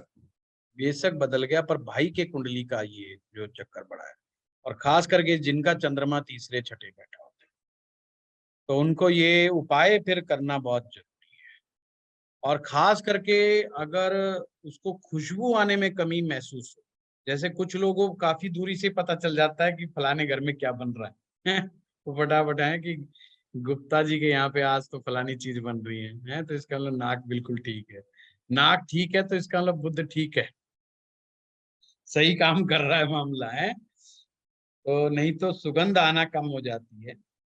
दांत बहुत खराब होते हैं, उनके दांत झड़ने लग जाते हैं, दांतों, वो दांतों के डॉक्टरों को बड़ा अच्छे से जानते हैं, दांतों के डॉक्टर से बड़ी दोस्ती हो जाती है उनकी, उन दांतों वाले के पास बैठे रहते हैं। तो समझ ले, ये दांत ज्यादा खराब होने लग जाए तो समझना धीरे धीरे बुध खराब चल रहा है। रईस होते हुए भी उन्हें ऐसे लगे यार पैसे की कमी, मतलब रईस का मतलब पैसे खूब हो, पर उन्हें हमेशा लगे यार कमी है तेरे पास, तू तो बड़े हालात तेरे कमजोर है। अच्छा, कई बार ये हो भी जाता है, मतलब जरूरी नहीं वो समझ रहा होता, सच में ही उसके हालात खराब हो जाते हैं ये बुध ग्रह से, क्योंकि व्यापार नष्ट हो जाता है। इसलिए अगर किसी को पता चले गर्भ में लड़की है यानी फीमेल चाइल्ड है, तो भूल करके भी उसको नष्ट नहीं करना चाहिए, इससे बुध नष्ट हो जाता है। मेरे पास ऐसे कई केस आए हैं जो अच्छे व्यापारी थे और जिनके जवान बच्चों की शादी हुई और फिर उन्होंने यही सब उल्टा सीधा कर दिया, नष्ट कर दिया गर्भ को, और बाद में उसके बच्चे की जो दुकान, कपड़ों की दुकान खुलवाई और कपड़े की दुकान चल के ही नहीं थी, जबकि बाप दादों की कपड़े की दुकान बहुत जबरदस्त चल रही है, नामी गिरामी शोरूम है, और बाद में उसका नहीं चल के दिया। फिर उन्होंने दूसरा धंधा बदलवाया, दूसरा भी फेल हुआ, तीसरा धंधा कराया, तीसरा भी फेल हुआ, 3-3 धंधे फेल हुए। तो शुरू में तो लगता है कि बच्चे में कोई कमी होगी, आवारा होगा, ऐसा नहीं, और बच्चा भी बिल्कुल ठीक, वो चीज। फिर वो हमारे पास जब केस आया, तो जो बुद्ध खराब होने की बात जब आने लगी, तो उससे मैंने एक ही बात पूछा था कि दांत तुम्हारे खराब होते हैं? कहते जी बहुत खराब हैं। यंग लड़का था, 32-33 साल का, ज्यादा बड़ा भी नहीं था। तब उससे पूछा कि तुमने कोई ऐसा काम कराया था? तब उसने हाँ की कि हाँ ऐसा कराया था। मैंने कहा ओहो, ये तो उसके बाद से ये हुआ है। कहता हाँ जी, उसी के बाद से ये सारा मेरा दुकान सब। तो भाई पहले तो व्यापार तू बंद कर, थोड़े दिन अपने बाप दादाओं के यहाँ दुकान में जा करके नौकरी कर। तो नौकरी कराई, कुछ उपाय कर साल भर के लिए, फिर बाद में दुकान खोली। अब उसकी दुकान चल रही। और उसको कहा भाई ये दोबारा ऐसा काम नहीं करना, कन्या पूजन कर। तो उसको कन्या पूजन करने के लिए बोला गया, और कन्याओं को वो हर साल जो है हलवा बांटने का काम करता है, और ज्यादा से ज्यादा कोशिश करता है कि वो नवरात्रों के अंदर तो विशेष रूप से कन्या पूजन जरूर कराता है। तो ऐसे लोगों को एक उपाय बड़ा सटीक लाल किताब में बताया है। तो 100 से ज्यादा कोड़ियां लेनी है, जो कोड़ियां होती हैं, कोड़ियां लेकर के उनको जलाना है। जलाने जो कोड़ियों की राख होती है उसको जल प्रवाह कर देना है। ये 9 ऋण हैं लाल किताब के, जो मैंने आपको करवाए हैं। इनको याद कर लेना आप। और ये लगभग उन्हीं से मिलते जुलते हैं जो 9 ग्रह करवाए हैं मैंने। आप अगर उन ग्रह के वीडियोस को भी बार बार देखोगे और इनको देखोगे तो एकदम लिंक कर जाओगे। कल मैं हो सके तो शाम को 7:30 बजे मैं आपको वर्चफल सिखाऊंगा, तो उससे और क्लैरिटी आएगी। अब आप लोगों के जो क्वेश्चन है पूछ लो। हाँ रत्ना जी। सर एक मैंने भी पूछना है। सर एक आपने बोला कि बुध सही, राहु खराब हो तो बुध ठीक हो जाता है। अभी बोला कि चंद्रमा खराब हो तो बुध खराब हो जाता है। हम छोड़ेंगे मतलब क्या याद रखेंगे या रत्ना जी पूरी बात नहीं सुनी आपने। मैंने कहा चंद्रमा यदि तीसरे और छठे। तीसरे भाव में और छठे भाव में हो तो बुध खराब। हाँ जी सुना सुना। चंद्रमा मेरा तीसरे में है लेकिन हाँ। बुध अच्छा है। राहु अच्छा है तो उसके लक्षण मिलाने हैं रत्ना जी। साथ में जब चंद्रमा तीसरे और छठे की बात आई है तो यहाँ पर एक ऋण पैदा हुआ है। उस ऋण से रिलेटेड चीजों को देखना है हमने, कि अगर वो ऋण की वजह से, तो हमने क्या दिमाग में लगाना है। ये कौन सा ऋण बना पहले तो ये बताओ आप। ये बहन बेटी का। बहन बेटी का। तो हमने क्या दिमाग में लाना है। क्या आपके कोई बहन है? अब नहीं है। अब अब नहीं है। नहीं। अब नहीं है, कोई बात नहीं। बेटी है, बहन है, तो उन चीजों को याद करो कि जब बहन बेटी हुई थी तो कोई अशुभ घटना तो नहीं हुई थी, कोई ऐसी चीजें तो नहीं हुई थी। नंबर 2 बात, क्या हमारी बेटी जो प्रेजेंट में है वो बड़ा सुखी महसूस करती है या दुख महसूस करती है? क्या उसको कैरियर में कोई बाधा तो नहीं आ रही है? क्या उसको ब्याह शादी में कोई बाधा तो नहीं आ रही है? क्या उसको सक्सेस अचीव करने में बाधा तो नहीं आ रही है? अगर उसको बाधा आ रही है तो ये इस दोष का परिणाम हो सकता है। अभी सिस्टर नहीं है तो नहीं तो हम सिस्टर से मिलवाते हैं। अगर जिनकी सिस्टर होती है तो उनको हम ये चेक कराते हैं कि उनकी मैरिज लाइफ कैसी चल रही है, उनके बच्चों का सुख कैसा चल रहा है, कैसा नहीं चल रहा है। अगर उनके साथ दुखी अवस्था है, वो अपने पति से दुखी है, अपनी औलाद से दुखी है, तो ये भी उसका ऋण हो सकता है। और खास करके वो वाली बहन ज्यादा मानी जाएगी जो आपको फोन करती है, यानी जो अपना दुख बताती हो आप। हाँ ठीक है। भाई फील तो जब ही होगा ना जब कोई हम्म। बहन भाई आपको फोन करके रोए या हम्म। बताए कि मैं तो यूं इस बात पे दुखी हूँ। तो आखिर हम सब इंसान है तो दुख तो होता ही है यार, हमारा भाई है या हमारी बहन है, देख बेचारी दुखी है, तो क्या, तो वो उससे आपको पीड़ा होती है। तो या अब उल्टा, अब बेटी अगर हमें बताए कि मुझे अचीव नहीं हो रहा है या मेरी शादी में दिक्कत आ रही है, मुझे परेशानी आ रही है, तो ये परेशानी हो सकती है। तो फिर हमने इसका इलाज करना। समझ गए बात? ये कौड़ियों वाला उपाय। जो मैंने ये नहीं कहा कि बुध खराब हो जाएगा, मैंने कहा इसका संबंध बुध ग्रह से है, और बुध ग्रह लाल किताब में बहन और बेटी होता है। जी पॉइंट समझो, मैंने कहा हाँ वो जी होता है ना। जी। मैंने नहीं कहा बुध खराब हो जाएगा। अच्छा बुध बेशक ठीक हो, मैंने तो कहा है बुध लाल किताब में बहन बेटी है। जैसे हम कहते हैं कि मंगल भाई है, जी। कि मंगल खराब होगा तो इसका मतलब भाई के साथ दिक्कत आ जाएगी या भाई संकट में आ जाएगा, ये मतलब है। सर एक बात है, मतलब कुछ जरा कृपा करें कि हाँ। अगर बुध बाधित हो, बुध बाधित ग्रह हो, बाधक। तो भी क्या यही चलेगा उपाय? यहाँ अरविंद जी बाधक है ही नहीं, ना मारक है ना बाधक है। मारक चलित और भी बाधक नहीं, हटा दिए लाल चलित भी किताब नहीं में, मारक मानेंगे। और बाधक नहीं। So nice, so nice. Ratna कुछ जी भी। चलित तो हमने ना लाल किताब में माना ना वैदिक में ना माना, बृहद, आप उसमें पकड़ाया मैंने हाँ, कभी बृहद में चलित। नहीं माना, राशि में भी नहीं माना। बहुत सारी चीजें मैं नहीं मानता हूँ। मेरा छठे चंद्रमा है, हाँ पर तो मुझे ये बुध मेरी बहन या बेटी से कोई प्रॉब्लम नहीं हुई। हाँ तो बहुत अच्छी बात है। तो हमें ये भी देखना पड़ेगा। फिर देखिए चंद्रमा देखने का हमारे को एक और तरीका बताया लाल किताब, बृहस्पति वाला, हमेशा रिमेम्बर। बृहस्पति का हमें किस्सा बताया। अगर बृहस्पति नंबर 7 से 12 के बीच में बैठा है, वह है। तो हमारा चंद्रमा ठीक हो जाएगा। अच्छा अच्छा, समझे ना? हाँ समझ अगर गया। बृहस्पति नंबर 7 से 12 में है तो चंद्रमा ठीक हो जाएगा। तो वो ठीक हो गया सर, मेरा भी फिर 12वें में चंद्रमा। नहीं मैं बता रहा हूँ आपको, हाँ समझ जी। गया। खराब होने के लिए सही भी तो होना पड़ेगा ना। कोरिलेट करनी पड़ेगी। सर 2 या 3 एंगल से चेक करना है, उसके बाद हाँ। डिसाइड करना है उपाय करना है। हाँ, फाइनल तब कोरिलेशंस आएगा करने रिजल्ट। पड़ेंगे। इसीलिए एक को इसीलिए लाल किताब कहती है पूरे लक्षण मिलाने हैं, पूरी चीजें मिलानी है, पूरे नियम लगाने हैं, फिर बाद में डिसीजन लेना है। इसीलिए तो लाल किताब में जो लोग किताब से देख करके उपाय करते हैं सबसे बड़ी मात खाते हैं, क्योंकि उनको ये तो पता चलता नहीं है कि ये ठीक गया कि गलत गया, और वो दिक्कत में आ जाते हैं, फिर वो उल्टा अपना नुकसान कर बैठते हैं। ठीक है, थैंक यू सर। हाँ Amar ji. Thank you sir. हाँ गुरुजी, जो हमारा आप जो चंद्र जो है और बुध जो है उसका एक साथ हम लोग मतलब उपाय कर सकते हैं क्या? हाँ उपाय तो कर सकते, पर एक समय में ये पहले जब स्टार्ट करोगे तो एक दिन में एक ही शुरू करना। ओके, लेकिन जैसे स्टोन वगैरह हम लोग पहनते हैं, जैसे बुध और चंद्र के लिए जो मून स्टोन है, मतलब पर्ल जो पहनते हैं, वो एक साथ नहीं पहनना चाहिए क्या? नहीं पहन सकते हो, ऐसा कुछ नहीं है अमर, हाँ। वो कोई ऐसी नहीं। और गुरुजी जो यहाँ पे जो जल प्रवाह बोलते हैं, ऐसे मतलब जल प्रवाह जो है ये वैदिक में क्यों नहीं बोलते, मतलब जल प्रवाह? वैदिक में यज्ञ विधि ज्यादा इम्पोर्टेंट है, मंत्र विधान ज्यादा इम्पोर्टेंट है।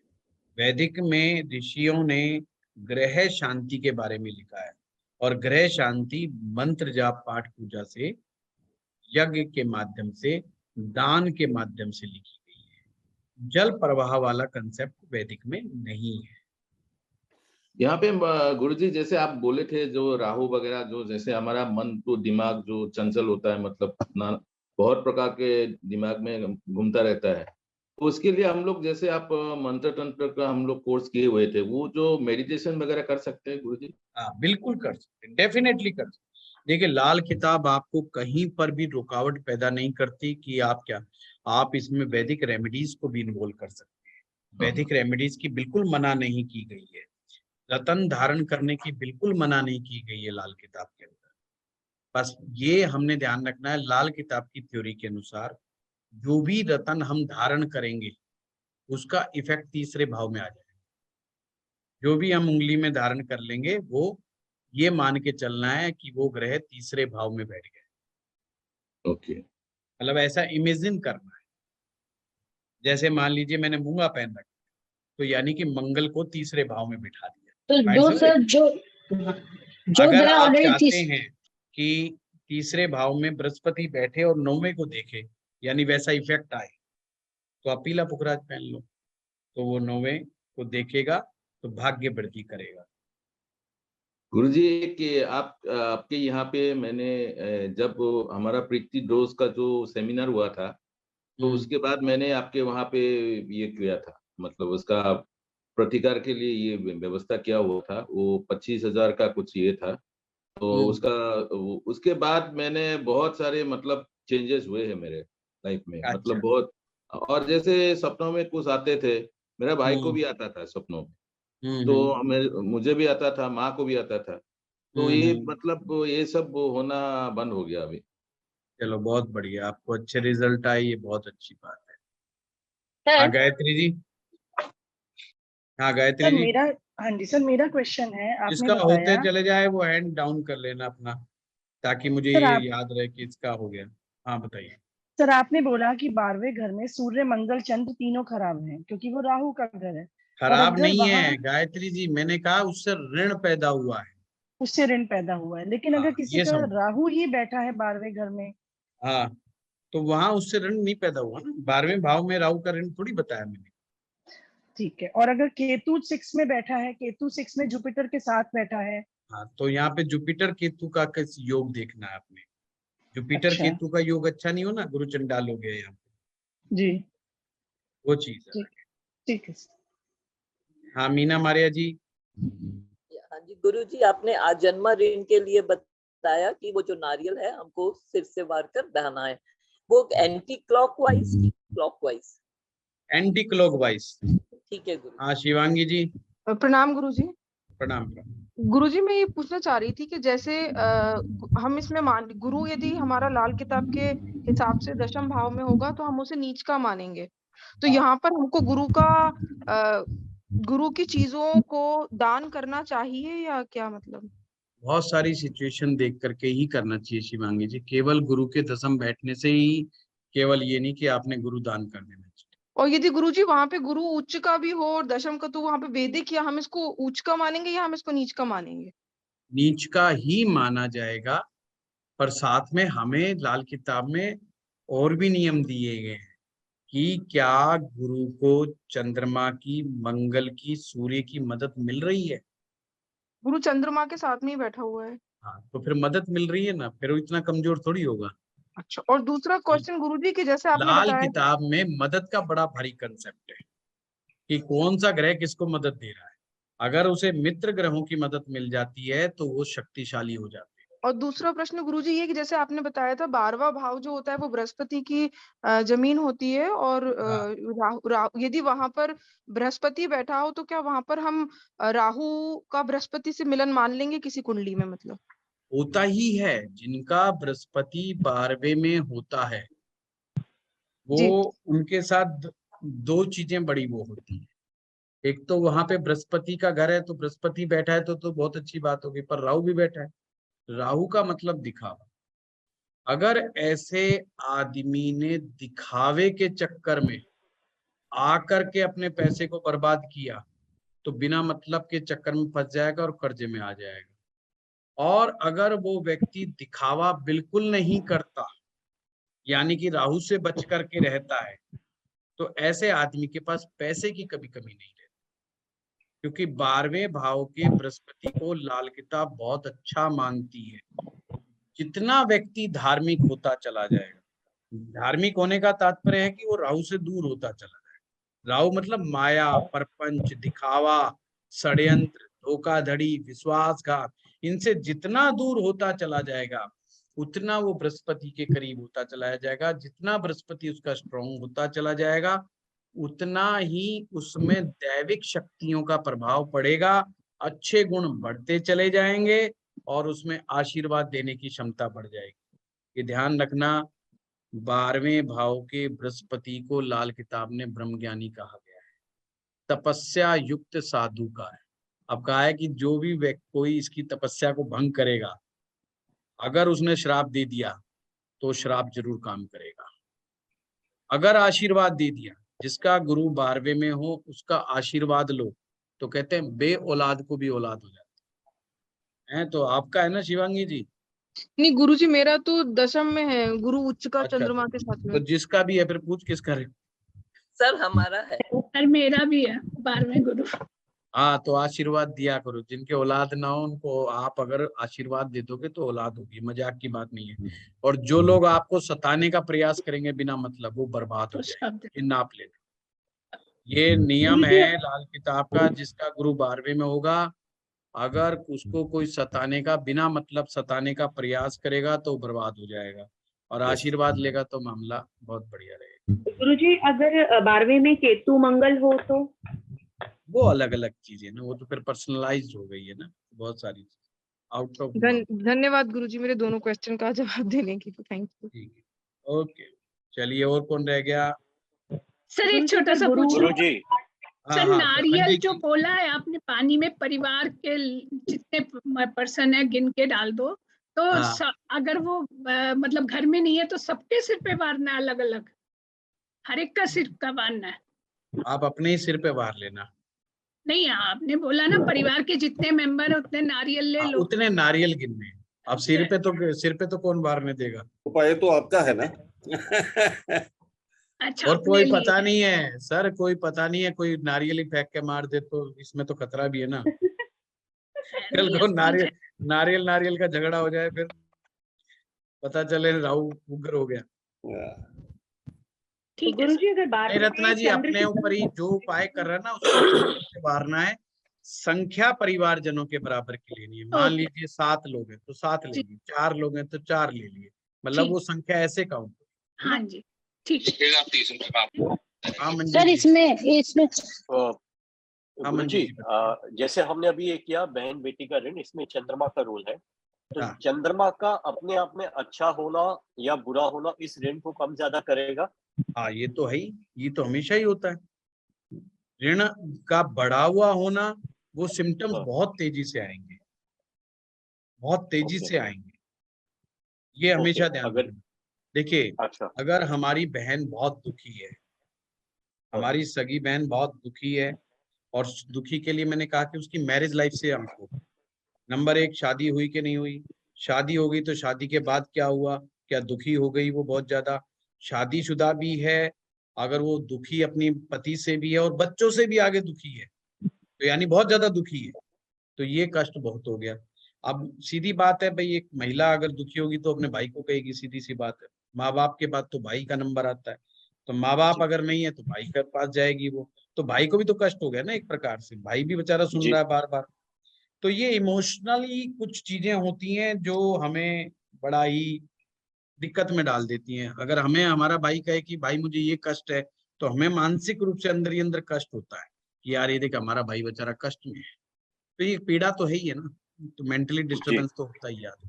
गुरुजी आपने जी, बोला कि थैंक यू गुरुजी। बृहस्पति 12वें में बैठता है, पर बृहस्पति अगर 8वें में शनि के साथ बैठा हुआ हो तो? बृहस्पति शनि एक हो गए, बहुत बढ़िया हो गया ना, आज ही फिर तो अच्छा सुबह होगा। सुबह तो करवाया। एक तो अच्छा, बृहस्पति 8वें में हो जाए तो पैसे की कोई कमी नहीं रहती।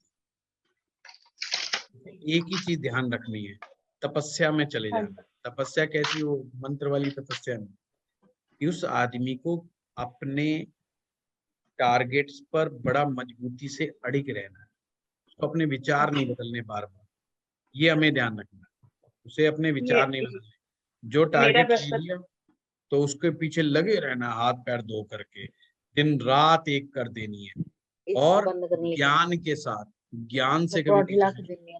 जितना ज्ञान ग्रहण करेंगे उतनी ही ज्यादा आपको सक्सेस मिलेगी, उतना ही ज्यादा पैसा आएगा। बृहस्पति और 8वां उतना ही अच्छा है जितना धन के मामले में शुक्र 8वें अच्छा है।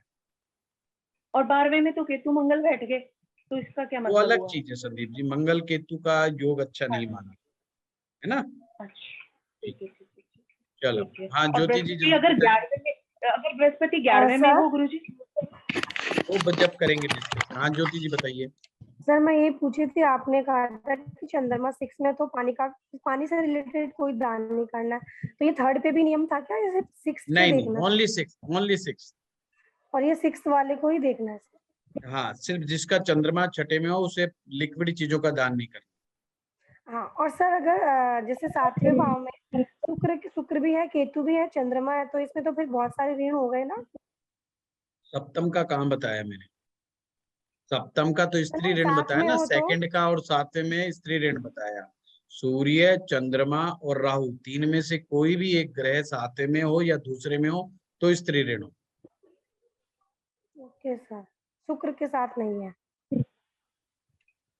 सूर्य, चंद्रमा, राहु, वो चेक कीजिएगा जो पिछली में क्लास। हाँ सर, थैंक यू सर। ठीक है। हाँ कविता जी। सर अगर बृहस्पति और शनि 10वें घर में इकट्ठे हैं तभी भी यही चीज लागू होगी? कौन सी चीज? जो आपने बताया अभी, बृहस्पति और हाँ शनि अगर इकट्ठे हैं हाँ तो। हाँ, वो तो वही। Thank you sir. हाँ पूजा जी। सर ननद का जो रिश्ता वो भी बुध से रिलेट करता है। हाँ चलो सभी का हो गया। गुरुजी एक थैंक चीज यू। और बताइए, अगर बृहस्पति 11वें में हो केतु के साथ तो वो अच्छा होता है? पहली बात तो यहीं पे पकड़ लिया करो कि केतु के साथ, वहीं पर मामला बिगड़ गया, जो भी ग्रह वहीं पे मामला बिगड़ गया है ना। बृहस्पति खुद, हाँ जी। वैसे लाल किताब की थ्योरी के अनुसार 11वें भाव का बृहस्पति अच्छा नहीं माना।